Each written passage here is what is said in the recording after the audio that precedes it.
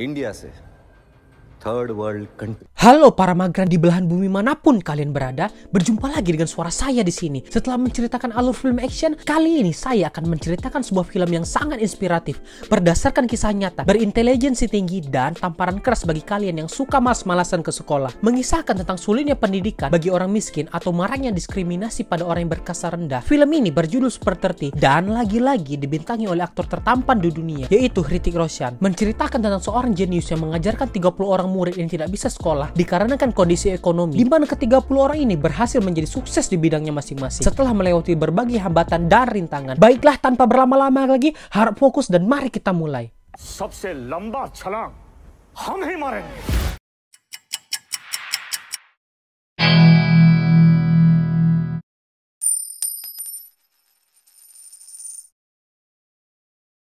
Next delegate is someone who has done.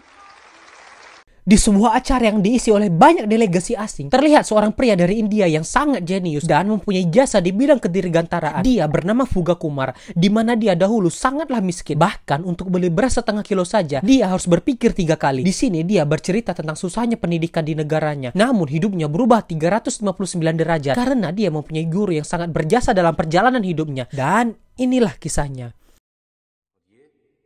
उन्हीं का कहानी है। Kemudian adegan mundur pada tahun 1997, tepatnya di kota Patna, di mana terlihat seorang pria bernama Anand Kumar yang menerima medali penghargaan langsung dari Menteri Pendidikan. Anand sendiri adalah seorang yang sangat brilian di bidang ilmu matematika dan fisika. Menteri Pendidikan itu pun berpidato kalau rumahnya terbuka untuk Anand kapanpun dia perlu, yang dimana ucapannya hanyalah pencitraan demi penjabatannya sebagai menteri. Selepas menerima medali, dia pun langsung pergi menemui kekasihnya yang bernama Supriya. Di sini mereka pun berbincang di mana Anand mengungkapkan niatnya untuk bisa berkuliah di salah satu universitas terbaik di dunia, yaitu Universitas Cambridge. Yang mungkin jika saya pribadi berhasil masuk situ, pasti teman-teman saya pada ange.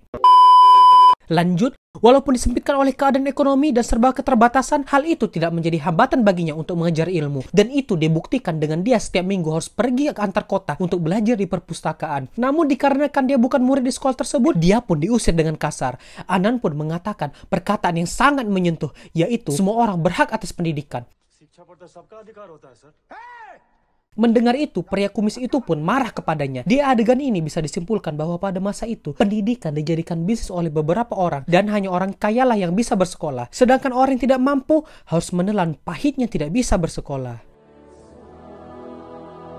Di rumah, Anand pun termenung di mana dia berhasil memecahkan sebuah persamaan soal matematika yang belum pernah dipecahkan oleh seseorang pun. Bahkan papan tulisnya pun sampai penuh untuk mengerjakannya. Setelah berhasil, dia pun meminta uang kepada saudaranya untuk mengirimkan hasil temuannya ke Universitas Cambridge melalui kantor pos. Sesampainya di kantor pos, orang-orang di situ pun heran melihat Anand yang mengirimkan surat ke Inggris. Di situ juga terlihat ayahnya Anand yang bekerja sebagai tukang pos. Salah satu petugas di sana pun berkata, hanya putra seorang raja lah yang bisa menjadi raja. Ayahnya Anand pun membantah dan mengatakan, siapa yang bisa memerintah, dialah yang berhak naik tahta. Kemudian terlihat ayahnya Anand yang terburu-buru pulang ke rumah. Ternyata suratnya Anand sampai ke Cambridge dan dia pun diterima untuk melanjutkan pendidikannya di sana. Anand pun kegirangan bukan main.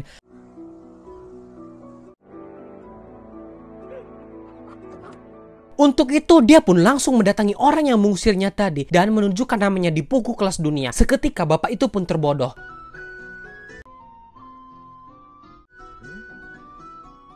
Beberapa saat keluarga Anand pun bahagia atas keberhasilannya. Pada malam harinya dengan penuh kebanggaan, Supriya pun mengenalkan Anand kepada ayahnya. Ayahnya pun bertanya perihal ongkos Anand untuk pergi ke Inggris nanti. Dengan gamblangnya, Anand mengatakan kalau Menteri Pendidikan sudah berjanji untuk membantunya. Keesokannya, Anand dan ayahnya pun pergi ke rumah Menteri Pendidikan untuk meminta biaya perjalanan selama ke Inggris.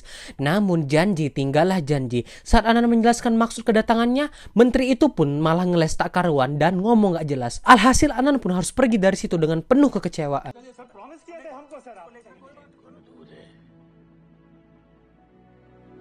Tak menyerah, ayahnya Anand pun berusaha untuk mencari uang agar Anand bisa pergi ke Inggris. Mulai dari berhutang ke bank, kesana kesini sampai menagih hutang. Namun apalah daya, semua itu sia-sia. Tak sampai di situ penderitaan mereka. Di suatu malam, tiba-tiba ayahnya Anand pun pingsan. Anand terburu-buru mengantarkannya ke rumah sakit, tetapi naas rantai sepedanya putus dan ayahnya pun meninggal. Sungguh sebuah definisi sudah jatuh ke tipa tangga. Dikarenakan tak tahu harus melakukan apa, Anan pun membantu ibunya menjual jajanan dari terminal satu ke terminal lainnya. Sampai dia harus merelakan undangan dari Universitas Cambridge untuk dijadikan bungkusan. Yang di sini saya sedikit kesal. Apa meski harus itu? Emang nggak bisa atau koran bekas atau apa gitu? Lanjut. Suatu ketika Anan tanpa sengaja tertabrak oleh sebuah mobil hingga ia terjatuh. Sang pemilik itu pun keluar. Dia bernama Lalan Singh. Tanpa diduga Lalan mengenalnya dikarenakan prestasi Anan yang dulu selalu memenangkan banyak lomba. Untuk itu Lalan pun membawanya untuk menawari sesuatu. IIT atau Institute Technology of India merupakan kampus terbaik di India di mana banyak sekali orang yang berlomba-lomba untuk masuk ke situ. Bahkan segelintir orang kaya rela menghabiskan banyak uang agar anak mereka bisa masuk ke situ. Untuk itu, Anan yang terkenal akan prestasinya ditawari oleh Lalan untuk mengajar di sekolah kursus miliknya yang khusus mengajarkan anak-anak orang kaya agar mereka bisa lulus di IIT. Dikarenakan Anan yang mengajar, orang-orang pun berbondong-bondong bergabung di kelas Anan. Seketika dia pun mendarat menjadi sultan dari mengajar, bukan sebagai afiliator yang biasanya selalu naik sepeda. Dia pun membeli sepeda motor, mengerjakan ART, membeli jam. Pokoknya sedikit berubahlah nasib. Dan seperti biasa, dia pun sedikit lupa diri. Hingga suatu saat dia melihat seorang anak, maaf kata, yang miskin sedang belajar dengan sangat gigih. Kemudian dia pun bertanya kepada tukang becak mengenai anak tersebut. Tukang becak itu pun bercerita tentang kisah Mahabharata, di mana terdapat seorang bocah yang jago memanah, bahkan lebih baik dari Pangeran Arjuna. Untuk itu bocah itu pun disuruh oleh seorang guru untuk memotong jempolnya. Supaya apa? Supaya tidak ada seorang pemanah pun yang lebih hebat dari sang pangeran. Sebuah terah yang tidak akan berubah. Hanya anak raja lah yang bisa menjadi seorang raja. Tak sampai di situ, para guru pun sudah bekerja sama dengan para raja.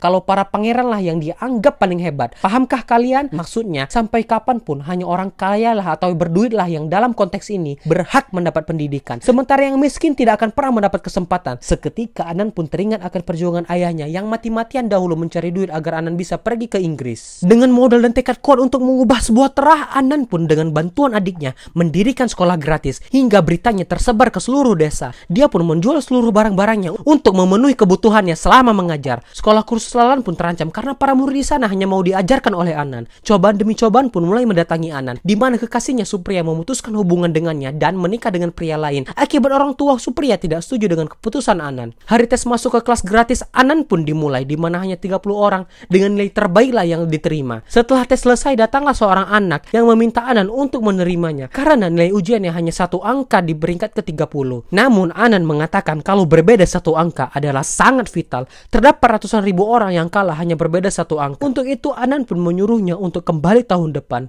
Oh, sedihnya.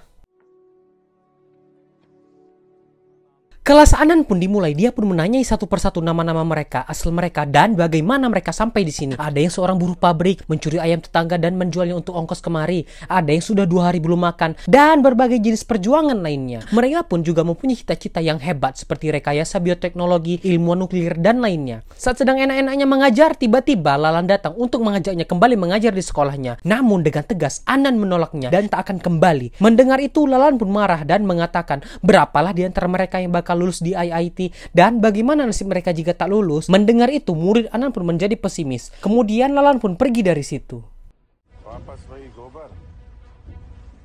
Malam harinya, murid-murid Anan pun terlihat murung dan jatuh mentalnya akibat ulah dari si Lalan tadi. Untuk itu, Anan pun memberikan kata-kata motivasi dan memberi semangat kepada mereka sehingga kobaran api semangat dalam diri mereka bangkit kembali.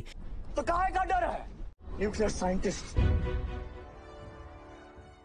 Akibat kelas gratis Anan, kini bisnis mafia pendidikan Lalan pun terancam. Karena orang tua murid di sekolah Lalan hanya ingin anak mereka diajari oleh Anan. Cobaan demi cobaan pun mulai dialami oleh Anan, di mana dia diancam oleh preman yang disewa oleh Lalan untuk memberikan jatah preman. Kalau tidak, maka dia mengancam akan menutup kelas Anan. Namun Anan sama sekali tidak gentar.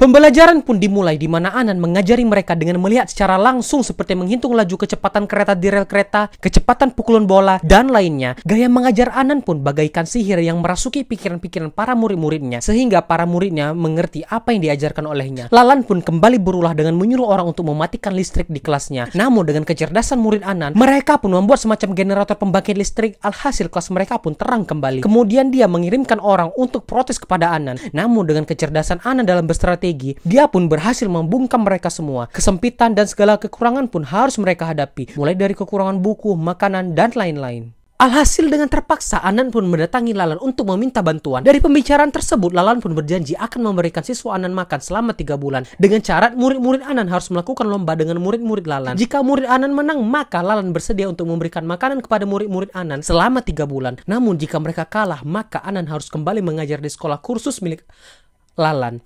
Perjanjian itu pun ditulis dengan didampingi oleh seorang saksi. Para murid Anan pun bersiap untuk mengikuti tes, di mana tes tersebut dilakukan di sekolah kursus milik Lalan. गलती अगर हम अमीर है तो खाए तुम्हारे हाँ वो लोग नहीं खाए. Setelah tes, hari pengumuman pun tiba. Di sini Supriya datang bersama suaminya yang mau megang surat dari perjanjian kemarin. Ternyata kompetisi tersebut dimenangkan oleh murid-murid dari Lalan. Aduh. Murid-murid Anan pun terlihat sangat kecewa melihat Anan yang akan mengumumkan kalau dia kembali mengajar di sekolah kursus milik Lalan. Saat dia ingin mengumumkan, salah seorang wartawan di sana pun menyaut dan meminta surat perjanjian kemarin. Ternyata surat perjanjiannya telah disembunyikan oleh Supriya, dan Supriya jugalah yang telah bekerja sama dengan orang tersebut. Alhasil karena tidak bisa menunjukkan surat bukti perjanjian, Anan pun membatalkan perjanjian tersebut dan tetap mengajar di kelas miliknya. Sesampainya di kelas, Anan pun bertanya kepada mereka mengapa mereka bisa kalah. Ternyata murid-muridnya Anan tidak percaya diri alias belum kuat mental saat kompetisi kemarin dilakukan di tempat Lalan. Alhasil ya itulah kalah jadinya kan. Untuk menguatkan mental mereka, Anan pun menyuruh mereka untuk tampil di sebuah acara, dan hal itu pun berhasil membangkitkan semangat mereka lagi. Di sebuah tempat makan, Anan pun berbincang dengan pemilik tokonya, di mana Anan mengatakan kepadanya kalau dalam setahun ke depan restorannya akan bangkrut. Dengan kecerdasannya, Anan pun menghitung pengeluaran dan pemasukan yang tidak stabil serta pembukuan yang salah. Dikarenakan pemiliknya takut usahanya akan bangkrut, dia pun meminta tolong kepada Anan untuk memperbaiki pengeluaran dan pemasukan usahanya. Anan pun menyetujuinya dengan syarat dia harus memberikan murid-murid Anan makan selama 3 bulan. Masalah perut pun teratasi. Kini murid-murid Anan tidak perlu lagi kelaparan. Popularitas Anan yang semakin meningkat pun membuat Menteri Pendidikan marah kepada Lalan karena bisnis mafia mereka terganggu. Untuk itu, Anan pun diberitahu oleh wartawan tadi kalau Lalan merencanakan pembunuhan kepadanya. Adiknya Anan pun melaporkan hal tersebut kepada polisi, berharap polisi bisa membantunya. Tahu-taunya, Inspektur Vijay tersebut tidak bisa memberi perlindungan kepada Anan dengan alasan mereka kurang personil. Di pertengahan malam, Anan pun terlihat sedang ingin menyeberang. Dia pun didatangi oleh 2 orang lelaki yang membantunya. Tiba-tiba, salah seorang dari mereka pun menembak Anan di ruas perut kirinya hingga ia tergeletak. Dikarenakan Anan masih hidup, mereka pun berniat untuk menyeret Anan ke rel kereta. Beruntung adiknya datang sehingga Anan pun dapat diselamatkan. Lalan pun marah kepada anak buahnya karena gagal membunuh Anan. Untuk itu dia pun dengan zolimnya memerintahkan seluruh anak buahnya untuk membunuh Anan. Dan lebih kejamnya lagi, murid-muridnya juga harus dilenyapkan. Beruntung salah satu anak yang pernah belajar di kelas Anan, yaitu Fuga Kumar. Kalau kalian masih ingat, dia adalah orang yang di awal tadi mendengar rencana busuk Lalan. Di rumah sakit, adiknya Anan pun meminta dokter untuk mengurus Anan. Namun dokter bandit tersebut malah meminta untuk membayar administrasi alias uang muka terlebih dahulu. Salah satu pekerja di sana pun memarahi dokter tersebut sehingga terjadilah adu mulut di antara mereka. Karena dokter itu bersikeras tidak mau membantu Anan, pekerja itu pun memberi pertolongan pertama kepada Anan yang ternyata dia mengetahui beberapa hal tentang ilmu kedokteran. Seketika dokter bandit itu pun terdiam. Fuga kecil pun datang untuk memberi kabar kalau anak buah Lalan akan datang untuk menghabisi mereka. Untuk itu Anan pun berkata kepada mereka, "Aku telah mengajarkan kalian banyak teori. Kini saatnya kalian mempraktekannya." Oh, keras ah. Untuk itu murid-muridnya Anan pun membuat jebakan berdasarkan teori fisika yang telah diajarkan oleh Anan, seperti hukum refleksi, ilmu lensa, ilmu pengalihan, pokoknya banyaklah ilmunya. Sehingga pada akhirnya anak buahnya Lalan yang ditugaskan untuk membunuh mereka pun berhasil masuk perangkap dan terkurung.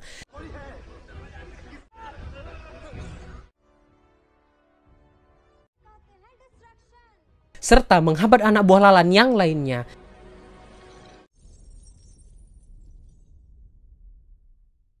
Hingga tibalah saatnya bagi mereka untuk mengikut tes masuk IIT. Rasa gundah, cemas, serta berharap pun terlihat menyelimuti mereka. Karena tes ini bagaikan pertarungan hidup mati bagi mereka. Setelah tes selesai, pengumuman siapa yang lulus pun keluar. Anan terlihat cemas akan nasib para muridnya jika tak lulus.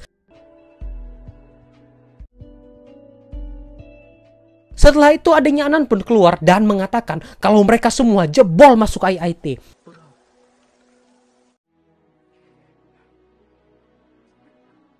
Anan pun berjalan di bawah rintihan hujan serta para muridnya yang sangat berterima kasih padanya. Dan inilah salah satu kisah manusia paling mulia di dunia. Terinspirasi dari kisah nyata tentang seorang Anand Kumar yang telah mendedikasikan hidupnya untuk mengajar orang-orang yang kurang mampu. Kelas Super 30 sendiri telah dimulai pada tahun 2002 dan mulai dikenal luas oleh masyarakat. Beberapa ancaman sampai ancaman pembunuhan pun senantiasa menghampiri Anand. Namun hal itu tidak membuatnya berhenti. Lembaga swasta ataupun pemerintahan menawarkan kerjasama kepada Anand, akan tetapi Anand menolaknya dan lebih memilih menjalankan institusinya sendiri. Film ini sangatlah inspiratif. Sudah sepatutnya bagi kita yang mampu untuk tidak bermalas-malasan ke sekolah dan cabut ke warnet. Pesan moral dari film ini adalah berbuat baiklah dan janganlah pelit perihal pendidikan, serta janganlah pendidikan itu dibisniskan. Saya pamit undur diri, sayonara, sampai jumpa dengan suara saya di video berikutnya.